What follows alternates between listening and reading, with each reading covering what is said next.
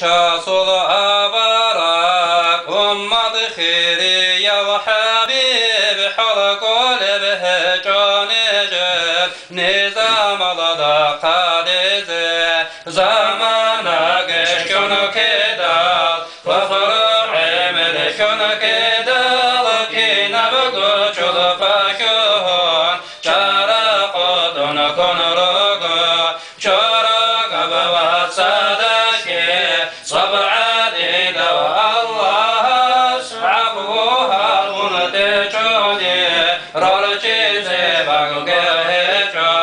ebrahmu genekeye rahman asıl şeyake şibni gidalil heca duramuna jata Kur'ani dina şul kadru hecel kulu balatani ge kabul habe ya Allah aharab necel mavlid halal haram jubara ta'am batanani ge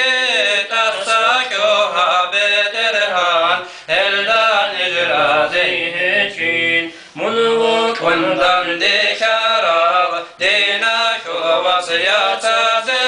dur şafaat durgu şafaat azol şezabi habib buta hisab sual habize arasal dera çinidal niçun hilkuna nictoge halqa rasula zulhan ahir zaman aldıkın zonu karalını zabani atalara çon basara hareze toge tabu yake kahala ağlo nicrugo nige joja hakul sadasa soni dutsa avarak Allah gafurur rahim habib aste sobkege sadul bala haladasa ummat khasar ki yakol khas kores doye khale halk bejar ve beterhan tahal beson kakaze kalmaz neceye kura rasul azul tabiat tuban şaral alimat emir ab betena bogo berten abhe sul khabar khiri yala avliya az avaraga sul mevlud azar kerab kotalada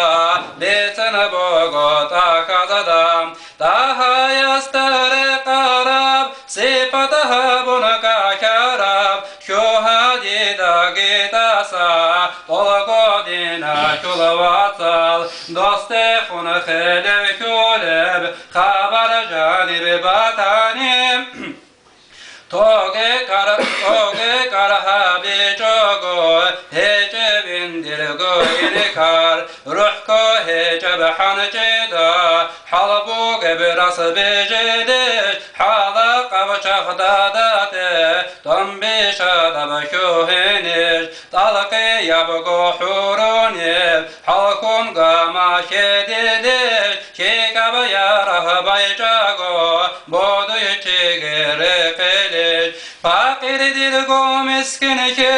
dida kuna be kuna bogo dünya layke gole zol komek çekunu gunu bogo kinni gerek elaniş Allah dula şale kol inşaallah kul bogo murad da vakinim hab qarab faqir dunge dua duya kalaha be